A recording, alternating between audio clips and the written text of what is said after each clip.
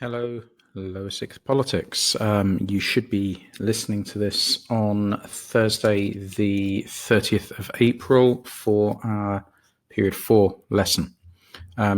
Advance warning that there should be another Teams meeting lined up, and it should hopefully be tomorrow, Friday, the 1st of May, Period 3. But obviously check Teams. Right, now with the conclusion of our meeting on sovereignty, we actually finished that side of the course. So that whole part on British government is now receipted and filed. This does not mean that we have finished that paper, because both that paper and the paper you've been doing work for with Miss Farrington has also got an ideology section in it. And what happens now is that we're going to move on to start looking at what an ideology is. I will save for now a discussion of where the ideology questions come in the paper and which ideology is in which paper and how you might be questioned on ideology and so on. Because if we have a team session tomorrow, which I very much hope we will, we can actually address those issues then, because that's way easier. However, what is an ideology is something which we can do virtually. So here we go. What is an ideology? Well, the first thing to say about an ideology is that when I think of an ideology, and when a lot of people think of ideologies, we generally tend to consider, I think, mass movements. So you might, what does an ideology look like? It might look like a batch of people storming the Winter Palace, or it might look like a load of Nazi troopers, or it might look like the massed ranks of Conservative or Labour MPs after a particular election victory, or whatever. But actually, the first thing to remember about an ideology is that an ideology doesn't have to be collective. It can be collective, or it can be individual. So whilst certain people might have ideologies which they share, other people will adopt different stances from others. And even within an ideology, there will be differences. And that's crucial as we move on. The second point to make about an ideology is it does not have to be a political standpoint. It can be pretty much anything else. Here are some examples of things which could be argued to have been ideological. Can you identify these? I don't mean who's in the pictures, though you might know some of them, but where do you think the ideology is coming in? Take a few moments, have a pause, have a think. Okie dokie. Let's go with the one which probably is the most sort of arguably political, which is here. You've got Greta Thunberg. Her ideology is to do with the environment. You may recognize David Bowie. He had a musical ideology. He had an idea of what kind of music he wanted to create. This is a football team, youth football team from Manchester United, commonly referred to as the class of 92. Let's have a think. I should know a few of these people. That's Nicky Butt there. That's Paul Scholes. That's David Beckham. Is that Gary Neville? Don't know who that is. Anyway, probably turns out to be really famous now, or maybe even watching this. I'm not saying he was wrong. That's Gary Neville. So who's that? I don't know. Anyway, look, we don't want to get distracted on this. The class of 92 they were an embodiment of an ideology, a way that Manchester United wanted to be operating as a football club was to develop youth team players and promote them into the first team and then be successful. So that was part of their ideology. And over here, you've got a guy called Brian Clough. He was a manager, managed Nottingham Forest, and there he is with the European Champions Cup. And he had an ideology as well about how football was supposed to be played. It's one of my favourite quotes about football. Brian Clough, he said, if God had wanted football to be played in the air, he would have put grass in the sky. Okay. But anyway, basically, you don't have to be political to have an ideology. All an ideology is at base is a set of beliefs. However, we will need to be more specific than that. We'll need to be more core than that. And usually when we talk about ideology, we of course mean a collection of political beliefs, a set of political beliefs. It's you could have a vegan ideology, but if you said I've got some ideological ideas, or I'm coming at this from an ideological standpoint, people would generally tend to think that probably didn't mean veganism or musical or football related. They would tend to think it was political. And here's where we run into the second problem, because politics is very much an umbrella term. See what I've done there? Clever, eh? Here are just some of the things that politics covers. If you have a view on any of this, or if a person has a view on any of these things, they have got a political view. So you may stand in one position on global law, and your friend who you know very well may stand in an identical position to you regarding global law. Does that mean you've got the same ideology? Well, it might mean that you've got a broadly similar ideology, but you might have completely different views on taxation. So you can't be said to share the exact same ideological standpoint.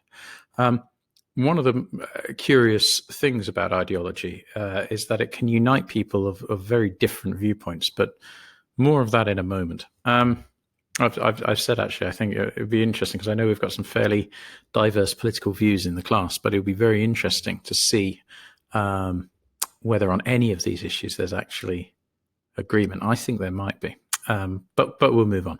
Now, because politics can cover a broad array of things, and because we're people who like to kind of simplify stuff, ideology is usually reduced to a line. It'll look a bit like this. This is an American line, so it steers clear of using the word socialist, because that's a dirty word in America. And it also puts liberal over here pretty clearly on the left, whereas if this was a British good old-fashioned British line, liberal would be over there, and socialism would be about there. And you've got fascists over here, conservatives over here, the centre, which is what we would call liberalism. Then you've got what the Americans called liberal, but we call socialist, and then you've got communism. Okay, so this is the left-wing, right-wing approach, which I'm sure you probably know originated in the French Revolution, when all the people who wanted radical change sat over on the left of the speaker, and all the people who wanted to basically bring the king back sat over on the right. And depending on how much you identified with either side, you sat one way or another. And you got the left wing and the right wing, which simply meant change and maintenance.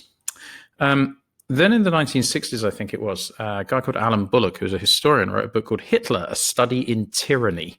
And then he wrote another one called Hitler and Stalin, Parallel Lives. And that just turned everything on its head. And some people abandoned the line approach and went with the horseshoe approach. The argument here being that if you look at certain features of the Nazi state, which would be over here. So, for instance, a secret police force and unquestioning obedience to the leader. And you contrast that with certain features of Stalin's far-left communist state, such as a secret police force and unquestioning obedience to the leader. Ooh. Then you get basically the same kind of thing. So they're actually not that far apart, are they? Because it's a horseshoe. It bends round so that these bits sort of meet in the middle. The left is different from the far right, but the far left and the far right have a little bit in common. And that's kind of fashionable and good, but people strive for perfection. And we've also seen the rise of a sort of Venn diagram, which argues that there are three classic ideologies: liberalism, socialism, and conservatism, which is broadly speaking true. And then it says, okay, so they overlap in certain areas, and look, we've interposed green on here as well. And you can work out if somebody's a libertarian or in favor of the state, or whether they're progressive or conservative. It's not the easiest diagram, but to be honest, it pales into insignificance and becomes a doddle compared to some of the others which are coming through. Tradition, freedom, anarchism finally gets a look in somewhere. That's the other point to make, actually, is that pretty much every single ideology would claim itself to not be an ideology. So a lot of anarchists would say, actually, no, we don't want to be on here because we're not a political movement, whereas a lot of fascists also say we're not right or left, we're the third way. Liberals claim to have had to be a via media, a way in the middle, which is neither left nor right, but somewhere in between. It's quite an intriguing one there. And then it gets even more blinking difficult with stuff you have now. This at least is a little bit more up to date. So you've got the alt left and the alt right. You also got egoism, which is an anarchist ideology. So I'm not certain it would be there. And this doesn't work either, because the idea that a neoliberal is fully in favor of the establishment, well, it's got to be a liberal establishment first, hasn't it? So there's a lot of preconditions attached to that. To be honest, it's all just a complete mess. I mean, what the heck is going on here? God, I can't even begin. Okay, so basically this can get very, very confusing very, very quickly. So we need to just bear a few things in mind. The first is that the only real model we're ever going to reference is this one. Okay, the left and the right. So you need to make sure you understand that and not any of the others, okay, because they're just a big pile of fox heads on sticks. Where we were going with this was we were saying that fundamentally politics is a big umbrella phrase which can cover a lot of ideas. And that's probably the first thing I want to say. Everybody has political opinions, even if they don't like political parties, which means that everybody is ideological, okay? You might not think of yourself, well, you might not be a member of a political party. I'm guessing some of you are, and I'm guessing some of you aren't. But whether you are or not, you'll hold some sort of political viewpoint, even if it's only on one minor issue. If we go all the way back to here, I mean, some of this you just might not care about. I don't care about devolved power, you might be thinking. I don't really care about what they sell in shops. I care about my rights as an individual. Don't care about military force being used elsewhere. Don't care about welfare or drug use. Just give me my rights. Well, none of that. Charity is the important stuff. But that's fine. As long as you hold one particular thing, one particular viewpoint in one area, that gives you some sort of ideological commitment. Most people, however, don't just hold one view in one particular area. They hold a range of political opinions. Now, sometimes people say that they hold political opinions and then act differently. And sometimes they appear to hold political opinions which are rather different and contradictory. But that's a different matter. The point is, people are opinionated, which means people have ideology. So everybody has some sort of ideological standpoint, unless they're completely apathetic about literally everything, which is where this comes in. So this is an episode of Futurama. Now, I've not tried this. I don't know how the volume works. Maybe you'll be able to hear it. Maybe you won't. But the voter apathy party is worth looking up if you can find it. I don't know if you're hearing this.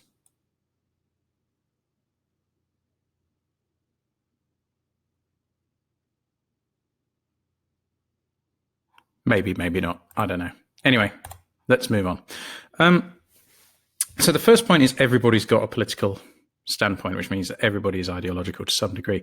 And the second point is that every ideology contains within it tensions. Because of what we just said about how you will think the same thing as your friend on, let's say, charity, but you will differ with them quite considerably on, let's say, drug legalization, every ideology is going to have tensions.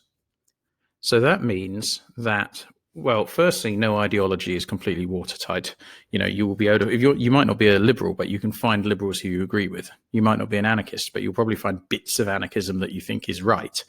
You might not be a conservative, but you can certainly agree with the standpoint that they take on a particular issue. The other thing it means is that there's a nice sort of ideological fight going on over now dead people. Almost all of the people I'm about to mention are now dead, with one exception who may have died in the time between recording and viewing. I don't know. But for instance, the two key thinkers in liberalism in terms of political parties in the 19th century were Gladstone and Palmerston. And Gladstone and Palmerston have been fought over by conservatives and liberals essentially since the death of Gladstone. The Conservatives really, really, really want Lord Palmerston to be one of theirs. And Thatcher claimed if Gladstone was to join a political party in 1980, he would join the Conservatives.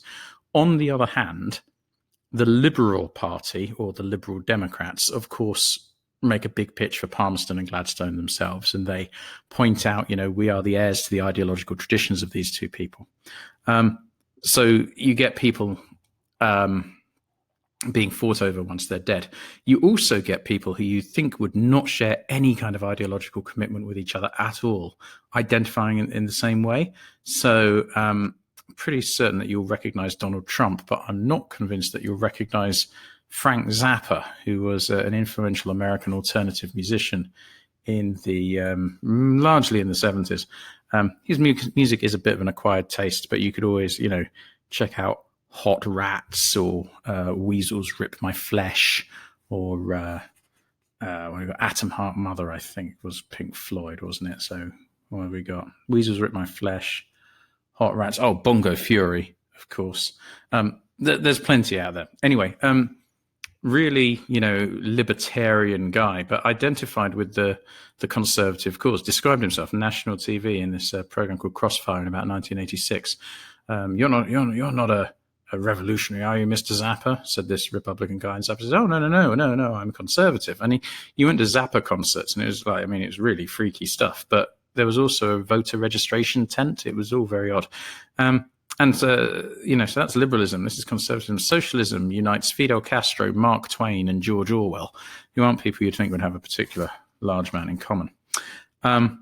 Okay, so I think we've got that then, that ideologies fight over people, and they also unite people who you wouldn't think would normally be united.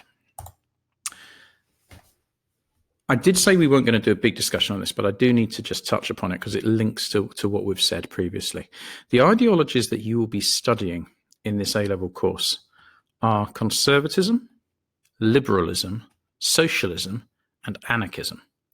And we'll study each one, but with a particular focus on where each ideology stands on on 4 key issues. You will learn where the conservatism ideology sees itself with regard to the state, with regard to human nature, with regard to society, and with regard to the economy. So you learn all of them for conservatism, then you learn all of them for liberalism, all for socialism, and all for anarchism. Okay? Now, sometimes it's pretty easy. I'm not giving too much away, I don't think, if I say that anarchists are united in their hatred of the state. But actually, then after that, it becomes kind of difficult, because how you get rid of the state, or what the major problem is with the state, isn't something that all anarchists can agree on. Liberals generally tend to agree about the economy, but not always on the minutiae and on the details. So we're going to be speaking a lot about these 4 concepts and these 4 ideologies. Just want to raise that. Okay, so I began this by saying, what is an ideology? Lots of different definitions, but I got 3 points which I think are going to make it much more useful for us to approach ideology. Firstly, the key feature of an ideology is it provides an image of how a society should be organized, not a state with laws and governments and all the rest of it, but a society.